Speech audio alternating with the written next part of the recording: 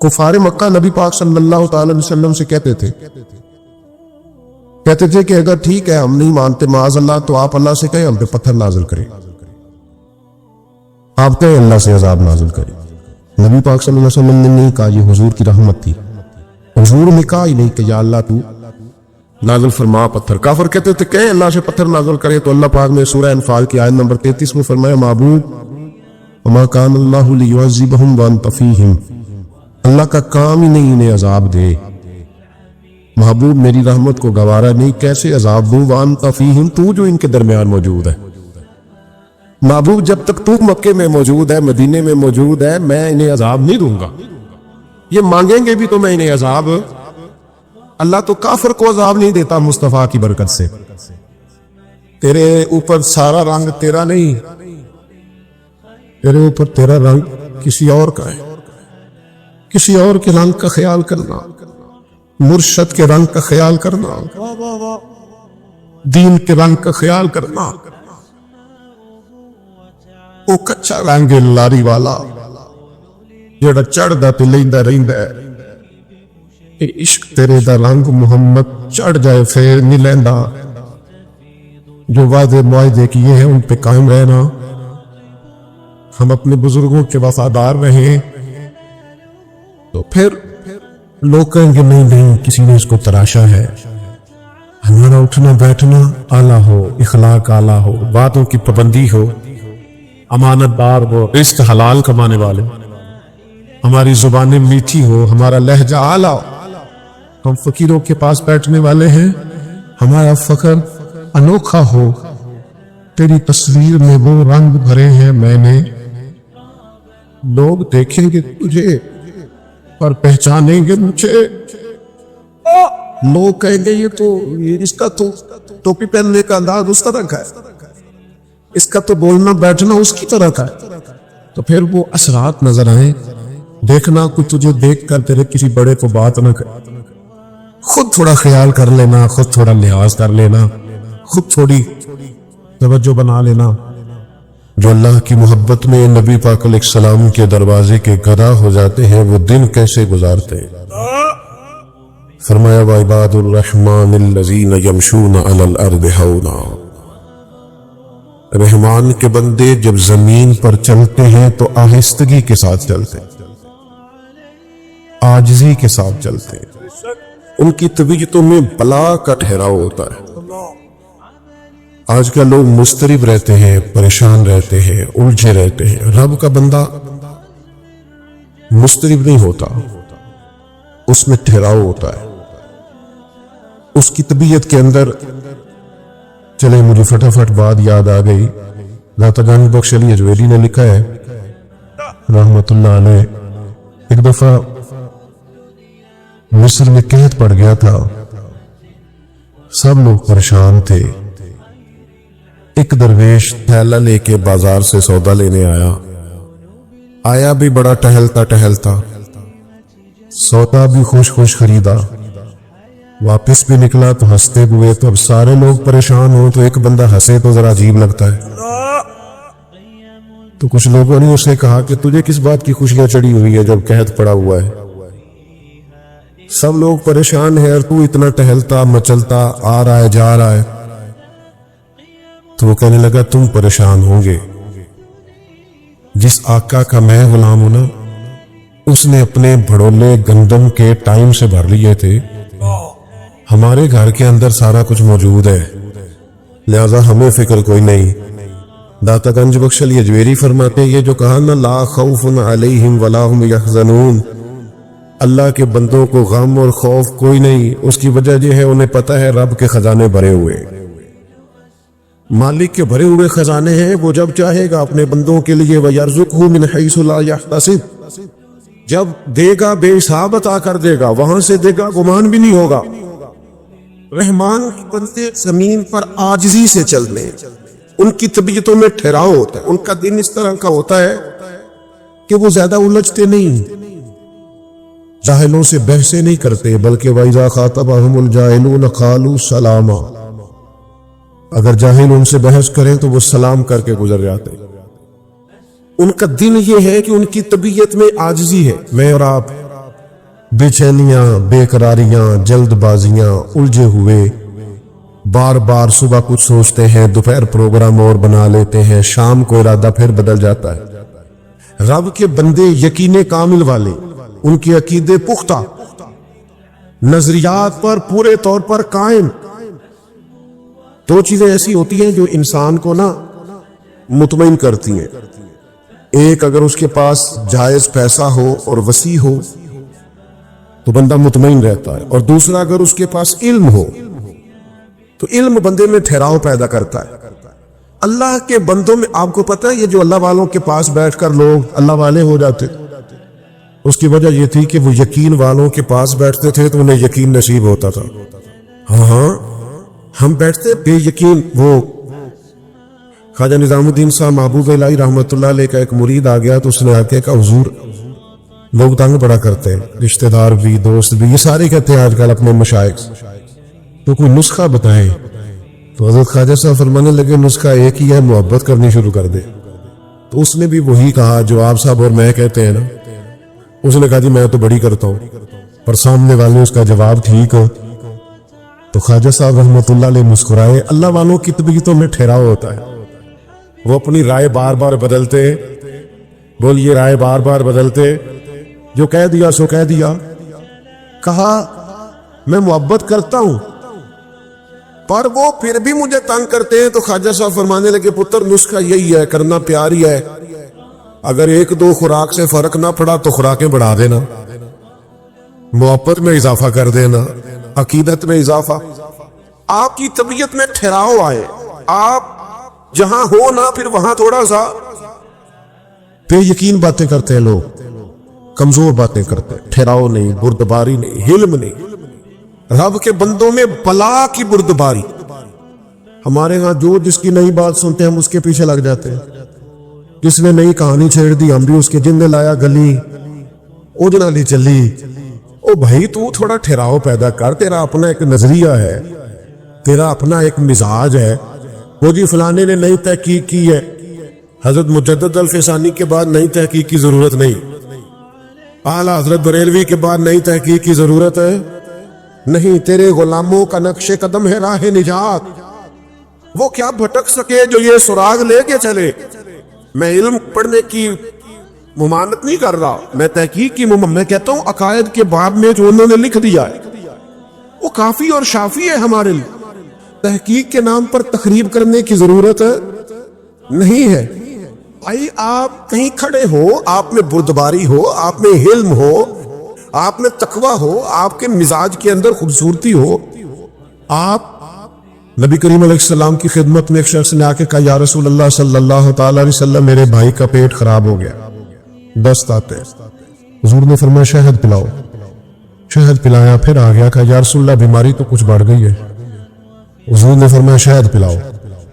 وہ ڈاکٹر ہے جو دوائیاں بدلا کرتے ہیں، وہ حکیم ہے جو دوائیاں بدلا کرتے ہیں، یہ میرے رسول پاک کا دروازہ ہے، جو دن کو کہہ دیا دن ہے تو دن نکل آیا، جو شب کو کہہ دیا شب ہے تو رات ہو کے رہی، خدا نے ان کی زبان کو وہ اختیار دیا جو نکلی منہ سے ان کے وہ بات ہو کے رہی۔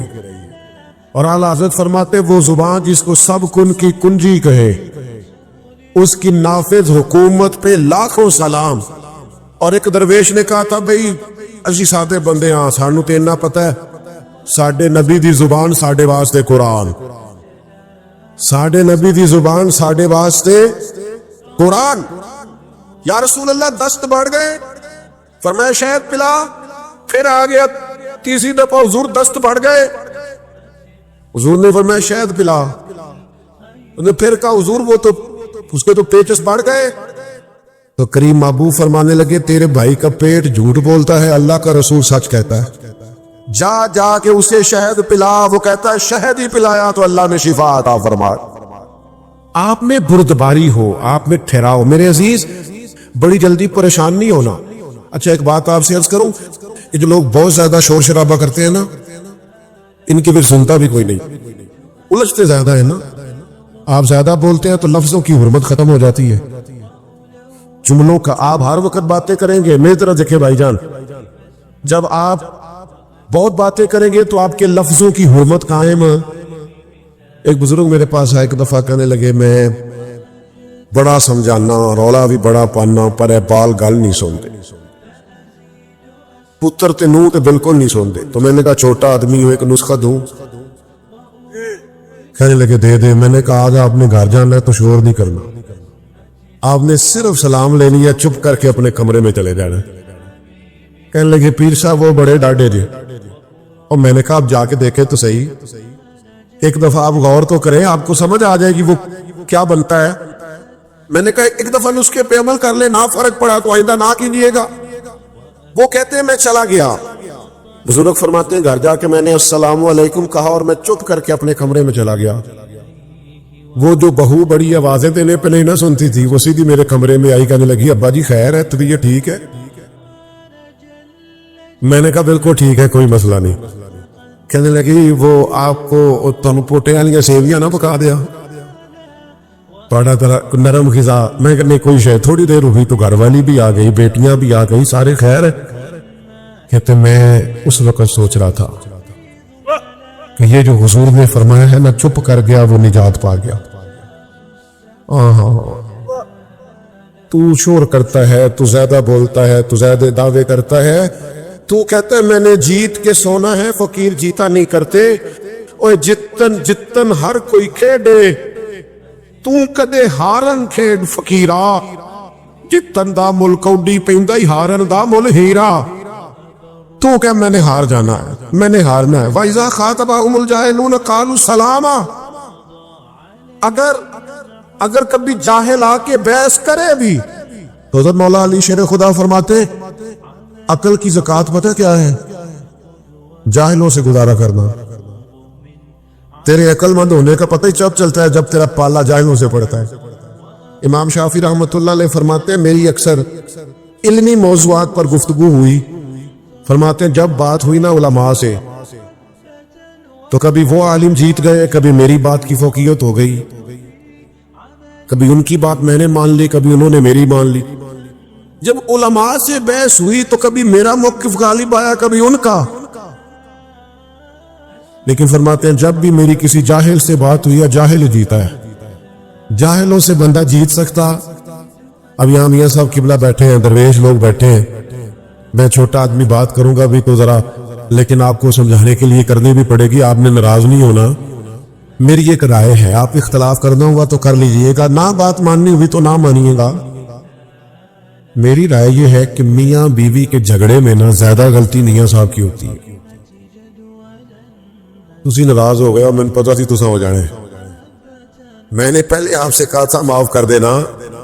میری رائے یہ ہے, اور میں نے کہا تھا اختلاف بھی کر لینا, بے شک نہ ماننا, پر رائے تو دے سکتے ہیں نا ہم.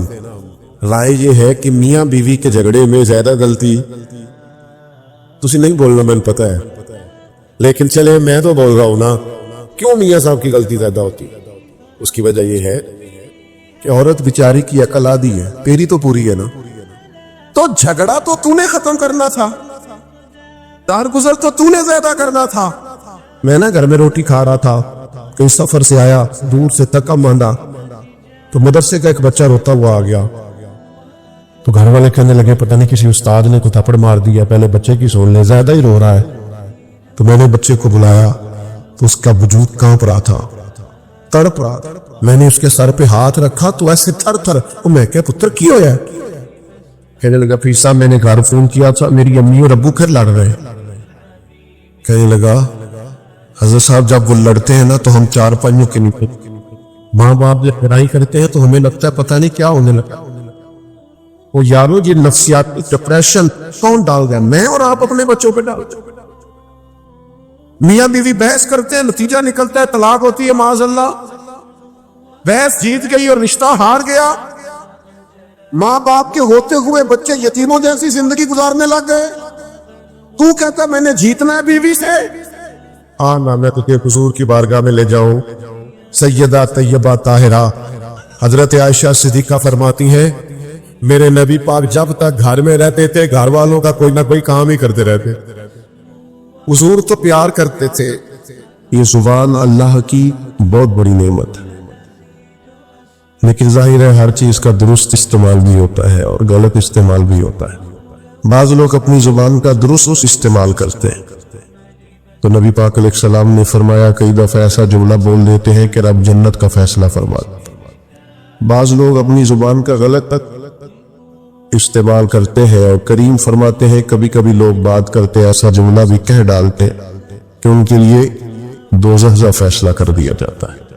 جب ہم بولتے ہیں، بات کرتے ہیں، کچھ کہتے ہیں تو اس کا معاشرے پہ اثر ہوتا ہے۔ معاشرے میں اچھی جملوں کو فروغ دیا جائے، اچھے لفظ بولے جائے تو اچھے لفظ ہی پروان چڑھتے۔ ہم جو کہتے ہیں اس سے دوسرے سیکھتے ہیں۔ بچے معاذ اللہ اگر کبھی کوئی برا لفظ بولتے ہیں تو وہ برا لفظ بچوں کا ایجاد کیا ہوا نہیں ہوتا، انہوں نے کسی سے سنا ہوتا ہے، کسی نے ضرور کہا، گھر میں کہا، گلی میں کہا، محلے میں کہا، اسکول میں کہا، کھیل کے گراؤنڈ میں کہا، کسی نے کہا ہوتا ہے جس کے سبب سے بچوں کی زبانوں پر وہ جملہ آتا ہے۔ ہم جب خیر بولیں گے، اچھے جملوں کو فروغ دیں گے تو معاشرے کے اندر اچھے جملے رواج پائے گا۔ خوبصورت باتیں کریں گے، سوسائٹی میں خوبصورت باتیں پھیل جائیں۔ یہ مت سمجھیے کہ میرے بولنے سے کیا ہوتا ہے، آپ کے بولنے سے اثر لیا جاتا ہے، ڈھیر سارے لوگ اثر لیتے ہیں، اور پھر ہماری باتوں کا صرف معاشرے پر ہی اثر نہیں ہوتا، ہم پر بھی اثر ہوتا ہے۔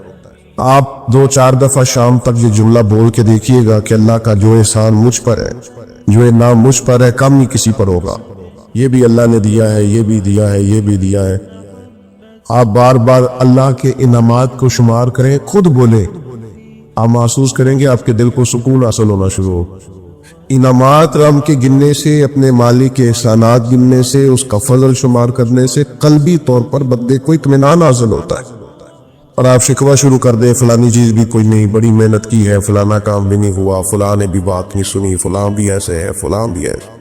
آپ سارا دن شکایتوں کی باتیں کریں، آپ کا دل بے چین رہنے لگے گا۔ جو آپ بولتے ہیں وہ آپ پر اثر کرتا ہے۔ اچھے جملے بولنے سے، خیر کا جملہ کہنے سے آپ کی طبیعت میں سکون آئے گا۔ آپ کبھی دیکھیے غور کر کے کہ ہم کبھی کسی کو کوئی لطیفہ سنانے لگتے ہیں، کوئی ایسی بات سنانے لگتے ہیں جس کا تعلق مزاح سے ہوتا ہے، تو وہ بات کرنے سے پہلے ہم خود ہنسنا شروع کر دیتے۔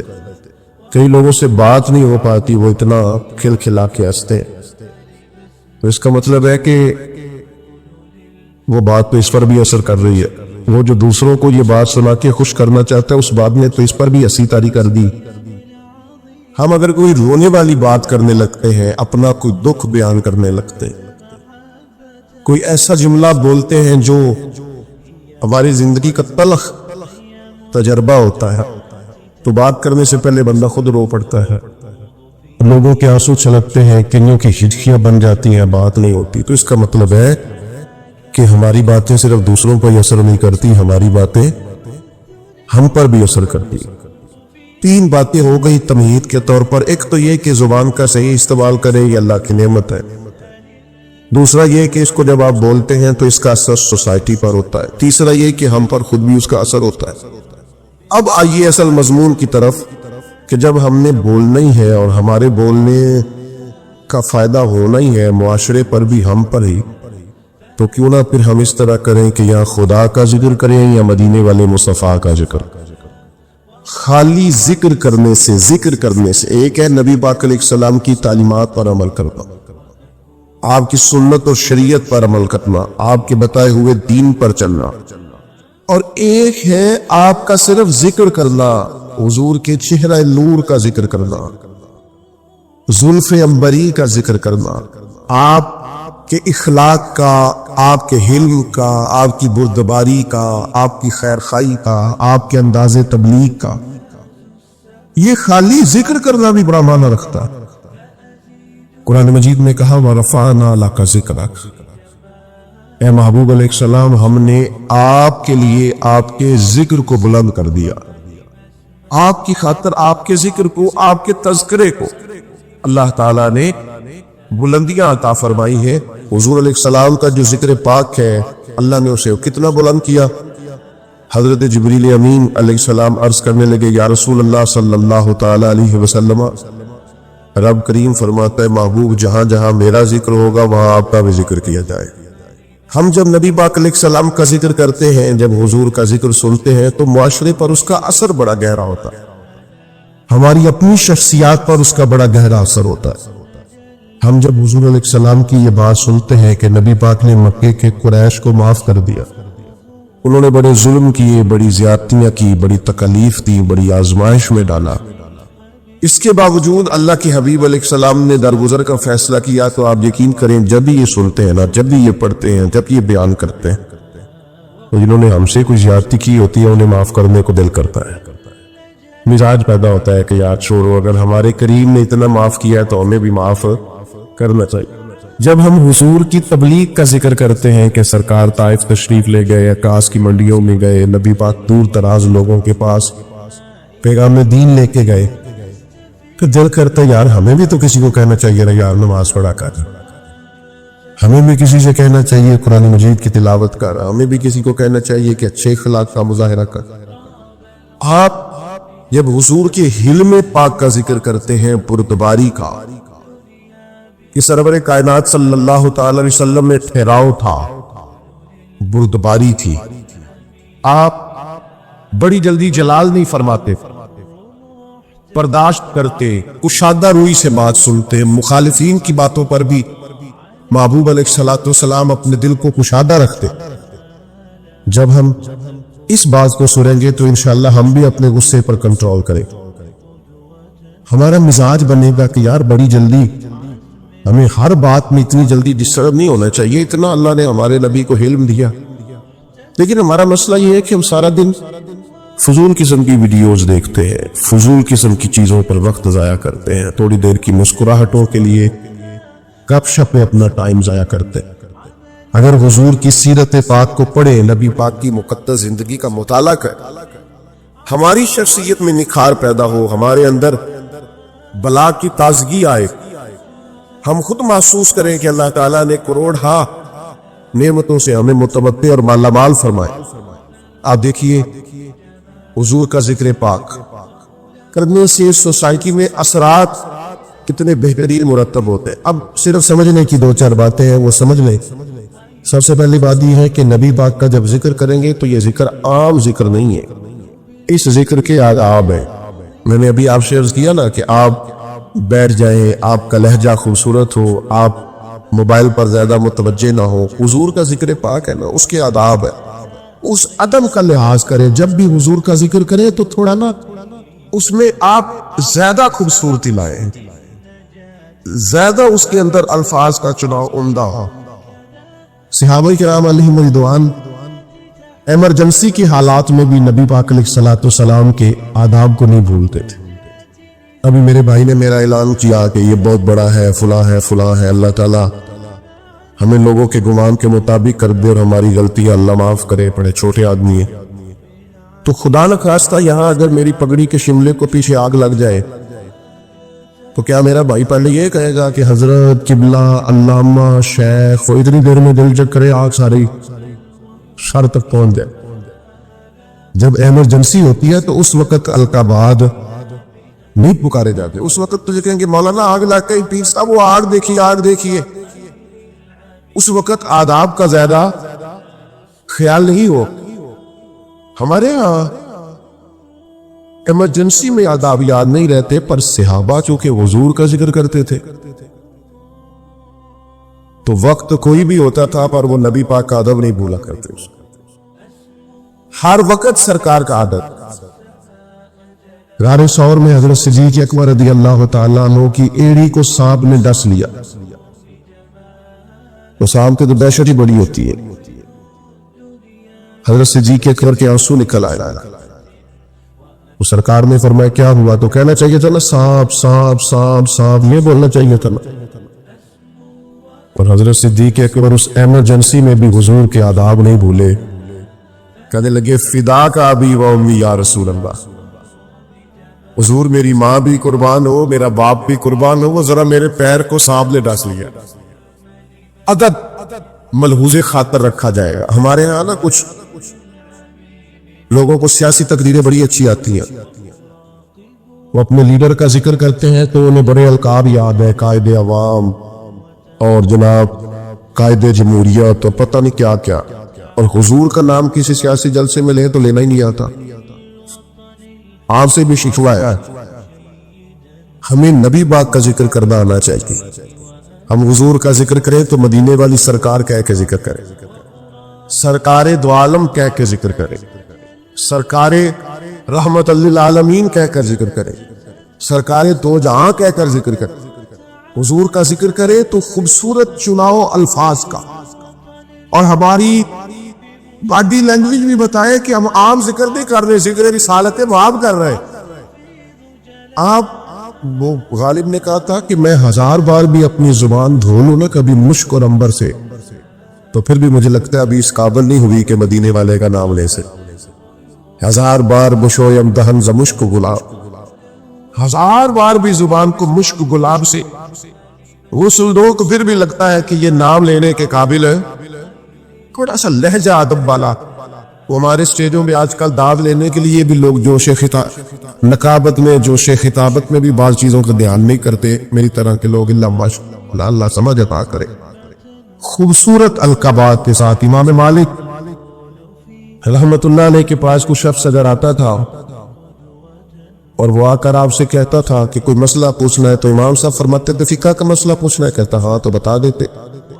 لیکن اگر وہ کہتا نا میں نے حضور کی حدیث سننی ہے, تو امام صاحب پہلے غسل کرتے, پھر کپڑے بدلتے, خوشبو لگاتے, امامہ باندھتے, پھر منبر پر بیٹھتے اور پوری آب و تاب کے ساتھ مدینے والے محبوب کا ذکر کرتے. جب آپ کسی چیز کا اہتمام کرتے ہیں تو اس کے اثرات بھی ہوتے, پورے آداب کے ساتھ, اطوار کے ساتھ, پوری خوبصورتی کے ساتھ. یہ ہمارے علماء نے ہمیں آداب بتائے کہ جب نبی پاک صلی اللہ تعالی علیہ وسلم کا ذکر کیا جائے گا تو پوری شان و شوکت کے ساتھ. آپ کو پتہ ہے منع کیا علماء نے کہ جب نبی پاک کا نام لکھو نا تو پورا درود لکھو صلی اللہ تعالی علیہ. یہ بعض لوگ خالی سوال لکھ دیتے ہیں, یہ درست نہیں ہے طریقہ. یہ حضور کا نام گرامی ہے, آپ اس پر درود پاک لکھیں, پورا لکھیں, جب تک پڑھا جائے گا آپ کو ثواب ملے گا. تو پورے آداب نبی پاک صلی اللہ تعالی علیہ وسلم کا نام لیا جائے تو خالی نام نہ لیا جائے, ساتھ درود بھی پڑھا جائے. حضور نے فرمایا وہ بد نصیب ہے اس کے سامنے میرا ذکر ہوا اور اس نے مجھ پر درود ہی نہیں پڑھا صلی اللہ تعالی علیہ وسلم. آداب کے ساتھ ذکر کیا جائے, اس کو ملحوظ خاطر رکھا جائے. اور اگر نوجوان نسل کے اندر یہ ذوق پیدا ہو جائے, میں تو خیر آج کل محفلوں کا بھی رنگ دیکھتا ہوں تو پریشان ہی ہوتا ہوں. وہ پرانے ناک کا ہوتے تھے, ہاتھ باندھ کے کھڑے ہیں, آنکھیں بند ہے, حضور کا ذکر ہو رہا ہے. اب تو مائک پکڑا ہوتا ہے تو آدھا قوم کے سامنے بھی کرتے ہیں بھئی آپ کی حضور کی نعت پڑھ رہے ہیں. یہ سٹائل آپ نے کہاں سے سیکھا ہے؟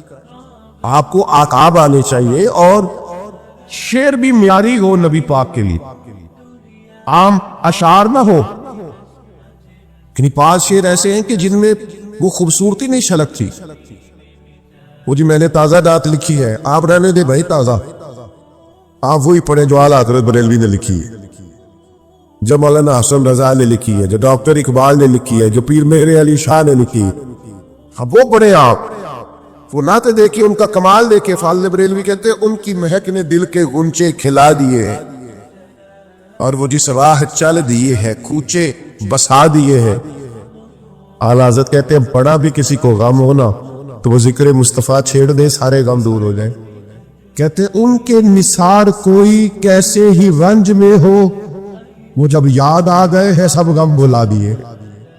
بس حضور کے یاد آتے ہی غم سارے بھول جاتے. آپ نبی پاک علیہ السلام کا ذکر کریں گے تو اس اب دیکھیں نا پیر میرے علی شاہ صاحب نے حضور کی نعت لکھی تو انداز کیا کہتے ہیں, مکھ چند بدر شاشانی مت پچ کے چمک دی لاک نورانی ہے, او دی کالی زلف تے اکھ مستانی, مخمور اکھی ہے نا. اچھا خود ہی نعت سنا کے خود ہی لکھ کے خود ہی کہنے لگے سبحان اللہ بھاج مالا کا. اور ایک شاعر نے اس پر گرہ باندھی ہے, گرہ لگائی ہے, کہتا ہے یہ ذرا سننا کیسا ہے, کہتا ہے اس پتے سے ڈھونڈنا قاصد میرے دلدار کو. کہتے میں تمہیں ایڈریس بتاؤں, میرے محبوب کو ڈھونڈنا تو پتہ کیا ہے, کہتا ہے اسی پتے سے ڈھونڈنا قاصد میرے دلدار کو, مکھ چند بدر شاشانی تے متھے چمک دی لاٹ نورانی ہے, کالی زلف تے اکھ مستانی یہ مخمور اکی ہے نا. اور فاضل بریلوی کہنے لگے سب سے اولا ہو آلہ، سب سے بالا ہو آلہ. کیا خبر کتنے تارے کھلے چھپ گئے، پر نہ ڈوبے نہ ڈوبا. کر لو بدلی رسولوں کی ہوتی رہی، پر چاند بدلی کا نکلا ہمارا نبی. اور جن کے قدموں کا دھون ہے آب حیات، ہے وہ جان مسیحا ہمارا نبی.